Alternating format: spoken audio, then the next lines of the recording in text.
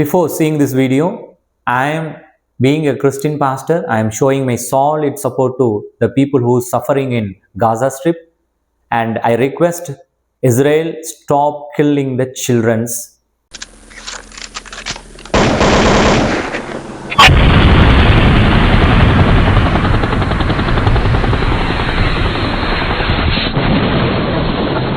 Israel, the God's chosen country, and Gaza Strip. ஏன் ரெண்டு பேர் சண்டை போட்டிருக்காங்க? எதற்காக? இந்த சண்டையில் அவங்களுக்கு கிடைக்கிற லாபம் என்ன, நஷ்டம் என்ன? அங்கே இருக்கிற மக்களுடைய இன்றைய சூழ்நிலை, ஒரு கிறிஸ்தவனாக இந்த சண்டையில் அழிந்து கொண்டிருக்கிற அந்த ஜனங்களுக்கு, பாலஸ்தீன ஜனங்களுக்கு நம்மள ஒருவனாக பார்க்க முடியுமா? இல்லை நாமளும் வேதாகமத்தில் அவர்களுடைய இஸ்ரேலர்களுடைய புக்கான தோரா பிரகாரமாய் நியாயம் தீர்க்க முடியுமா? இப்படி நிறைய காரியங்களை அலாசி ஆராய்ந்து இந்த காணொலியில பார்க்க போறோம். நீங்க பார்த்த காட்சிகள் ஒருவேளை இல்லை நீங்க பார்க்க போற காட்சிகள் ஒருவேளை உங்களுக்கு மனசை காயப்படுத்தலாம். ஆனாலும் நாம் ஜெபத்தோடு இந்த காரியத்தை செய்யலாம். Welcome, I am reverend Roshan Shawn.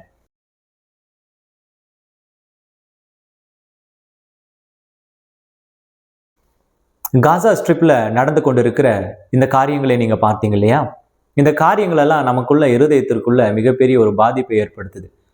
உலகத்துல எந்த மூலையில இருந்தாலும் கூட குழந்தைகளுக்கு உணவில்லை, குழந்தைகள் அழிக்கப்படுறாங்க, மிகப்பெரிய இனப்படுகொலை நடக்குதுன்னா யாருக்கு தான் கவலை இல்லாமல் இருக்கும்? அவங்க ஒரு வீடியோவில் அந்த கணக்கு போட்டிருந்ததை நீங்க பார்த்தீங்க. அங்க இருந்த டீட்டெயில்ஸ் சின்ஸ் அக்டோபர் 7ஆம் தேதியிலிருந்து இந்த வார் ஸ்டார்ட் ஆச்சு, இன்னைக்கு வரைக்கும் 88,000 டன் எக்ஸ்ப்ளோசிவ் அந்த காசா மேல இஸ்ரேலால போடப்பட்டிருக்கு. 88,000 எக்ஸ்ப்ளோசிவ். அது இந்த 88,000 எக்ஸ்ப்ளோசிவ்ன்றது அதனுடைய அந்த அளவு எவ்வளவு அப்படின்னா, ஒரு நியூக்ளியர் பாம்பு போட்டா எந்த அளவுக்கு இருக்கும் அப்படின்னு கம்பேர் பண்ணியிருக்காங்க. எந்த அளவுக்குன்னா 5.5 நியூக்ஸ் 5.5 நியூக்ஸ் போட்டா எந்த அளவுக்கு பாதிப்பு இருக்குமோ அந்த அளவுக்கு பாதிப்பு இவங்க போட்டிருக்கிற 88,000 டன் குண்டுகளினால அங்க பாதிக்கப்பட்டிருக்கு. இந்த காசா ஸ்ட்ரிப்ன்றது ரொம்ப சின்ன ஏரியா தான், ரொம்ப பெரிய இடம் கிடையாது, ஒரு சின்ன ஏரியா. அதுல ரொம்ப நெருக்கமா தான் அந்த ஜனங்கள் வாழ்ந்துட்டு இருக்காங்க. இப்போ நியாயம் எந்த பக்கம், அநியாயம் எந்த பக்கம்னு பார்க்கறதுக்கு முன்னாடி ஒரு கிறிஸ்தவனாக நம்முடைய வியூ என்ன, இந்த வேர்ல்டு கிறிஸ்டினுடைய வியூ என்ன அப்படின்றத நம்ம பார்க்கலாம். நாம கிறிஸ்தவர்கள்னாலே ஆண்டவருடைய வழியில நடக்கணும்ன்றது தான் கட்டளை. We don't follow the book of Torah, we follow the word of Christ Jesus. அப்படி பார்க்க போனா the majority in this world is Christians. அவங்களுடைய மெஜாரிட்டியான வியூ என்னவா இருக்கும்? நாம இயேசு கிறிஸ்து நமக்கு இந்த உலகத்துல சொல்லி அவர் பிதாவின் இடத்தில் எடுத்துக்கொள்ளப்படும் பொழுது இப்படி வாழுங்க அப்படின்னு சொல்லி போன அந்த ரகசிய சொல்ல என்னன்னா, இந்த உலகத்துல முடிந்த அளவுக்கு யாவரோடும் சமாதானமா இருங்கள்னு சொல்லிட்டு போனார். சமாதானத்தை தேடுங்கள் அப்படின்னு சொல்லிட்டு போனார். அப்போ இயேசு கிறிஸ்து சண்டையை விரும்ப மாட்டாரு, விரும்ப வாய்ப்பே கிடையாது.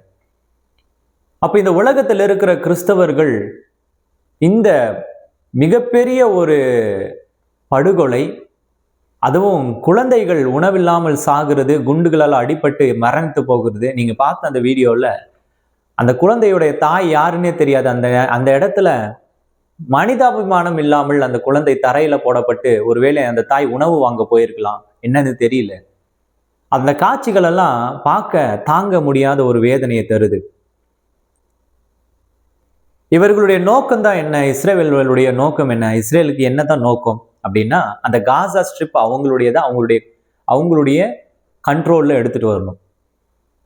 ஆனா அது அந்த இடத்துக்கு சொந்தக்காரர்கள் காலகாலமா யாருன்னா, இந்த டிஸ்பியூட்ன்றது இப்போ 1 வருடமா 2 வருடமா நடக்கிற டிஸ்பியூட் கிடையாது. இதுக்கு உடனடியாக ஜட்ஜ்மெண்ட் இந்த உலகத்துல யாராலையும் சொல்ல முடியாது. ஏன்னா இது பல 1000 வருடங்களுக்கு முன்பதாக எகிப்தில அடிமையா இருந்த இஸ்ரவேல் ஜனங்களுக்கு வாக்களிக்கப்பட்ட, தட் மீன்ஸ் அந்த இடத்தை நான் தருகிறேன் அப்படின்னு கடவுளால சொன்ன தேசம் அது. கானான் அப்படின்றது அந்த இஸ்ரவேல், காசா மற்றும் அங்க இருக்கிற பாலஸ்தீனம் எல்லாத்தையும் சேர்ந்த ஒரு இடம் தான் கானான். ஆனா நாம யாத்ராகமத்துல பார்க்கிறோம், ஆல்ரெடி அங்க நிறைய கூட்டங்கள் வாழ்ந்து கொண்டு இருக்காங்க. அவர்களை எல்லாம் நான் அனுப்பிவிட்டு தான் இந்த கானானை உங்களுக்கு தருவேன் அப்படின்னு புக் ஆஃப் தோரா அப்படின்னா, புக் ஆஃப் தோரானா என்னன்னா, அந்த பழைய ஏற்பாட்டில ஆதியாகமம், யாத்ராகமம், லேவியராகமம், எண்ணாகமம், உபாகமம் இந்த 5 புக் இருக்கு இல்லையா, இதுக்கு தான் புக் ஆஃப் தோரான்னு சொல்லுவாங்க. இதைத்தான் இஸ்ரவேலர்கள் ஃபாலோ பண்ணுவாங்க, ஜூஸ். அந்த புக் ஆஃப் தோரால காட் வந்துட்டு அவங்களுக்கு கொடுத்திருக்கிறதுன்றதுல உறுதியா இருக்காங்க. இந்த உறுதி தான் இன்றைக்கு இந்த சண்டைக்கு காரணம். இது என்னுடைய இடம், என்னுடைய தேசம், நான் திருப்பிக் கொள்ளுகிறேன் அப்படின்னு சண்டை போடுறாங்க. அதே சமயத்துல நமக்கு கிறிஸ்து சொல்லி கொடுத்த, கற்றுக் கொடுத்த ஒரு காரியம் கிறிஸ்தவர்களுக்கு வரும் பொழுது இது வித்தியாசமா இருக்கு. இந்த வேர்ல்ட்லயே மெஜாரிட்டி கிறிஸ்டின்ஸ் தான், மெஜாரிட்டியானவர்கள் கிறிஸ்தவர்கள் தான். ஜூஸ்ன்றது 3வது 4வது இடத்தில் இருக்காங்க. அப்படி இருக்கும் பொழுது இந்த ஜூஸ் செய்கிற இந்த காரியம் ஒருவேளை எல்லாருக்கும் சரியானதா இருக்குமானா இருக்கிறதுக்கு வாய்ப்பே கிடையாது. ஒரு கிறிஸ்தவனா உங்களுடைய என்னுடைய ஸ்டாண்ட் என்ன அப்படின்றது கட்டாயமா நம்ம தெரியப்படுத்தணும். The world Christians never like this war, but we are not Jews.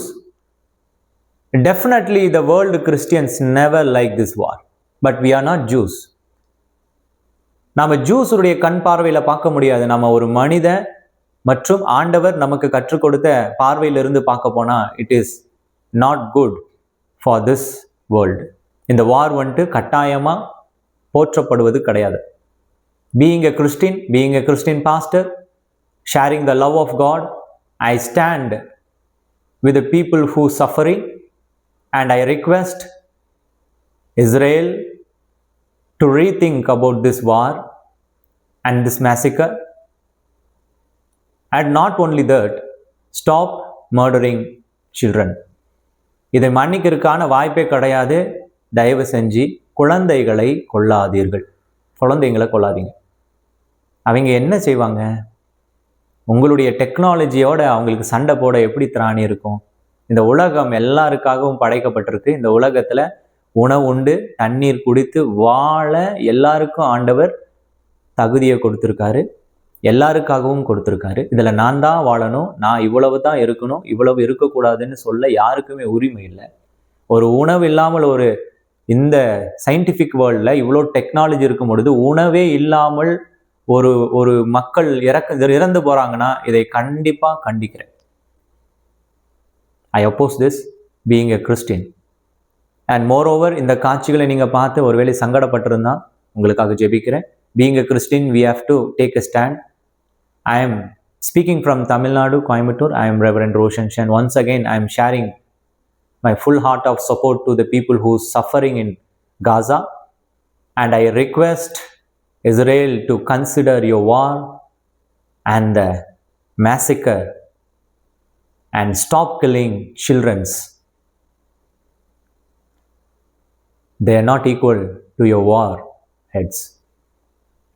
அவங்கள தயவு செஞ்சு காப்பாற்றுங்க, கொல்லாதீங்க அப்படின்னு ஒரு கிறிஸ்தவனா நான் இந்த காணொலியை பதிவிடுறேன். இந்த காணொலி பார்க்குற ஒவ்வொருவரும் ஷோ யுவர் சாலிட் சப்போர்ட், உங்களுடைய சப்போர்ட்டை கொடுங்க, ஷேர் பண்ணுங்க, மற்றவர்களுக்கு எடுத்து செல்லுங்க. இது ஒரு எழுப்புதலை ஏற்படுத்தும். தமிழில் பேசுறது எப்படி உலகம் எங்கும் போகும் நீங்கள் நினைக்கக்கூடாது. திருக்குறள் தமிழில் எழுதப்பட்டது. இன்னைக்கு உலகத்திலேயே அத்தனை பேர் ஆராய்கிற ஒரு 2 அடி மந்திரம், அது 2 வரி மந்திரம். நம்ம தமிழை ரொம்ப தாழ்மையாக நினைக்கக்கூடாது. தமிழன் நினைத்தால் உலகத்தையும் ஆளும் வல்லமை அவனுக்கு கொடுக்கப்பட்டிருக்கு. அதனால தமிழ் வார்த்தை என்பது உலகத்தை எல்லைகளுக்கு போய் சேரும். அப்போ இந்த செய்தியும் எல்லைகளுக்கு போய் சேரும். God bless you. Beloved brothers and sisters all over the world, come stand with the people. Our Christ Jesus said, be peace and share peace in this world. We have to stand in the way of Christ Jesus. Share this video and show your solid support. Let's create and let's bring peace in this world. Being a Christian, we are the example of Christ and we are the image of Christ. Let's be the people of Christ.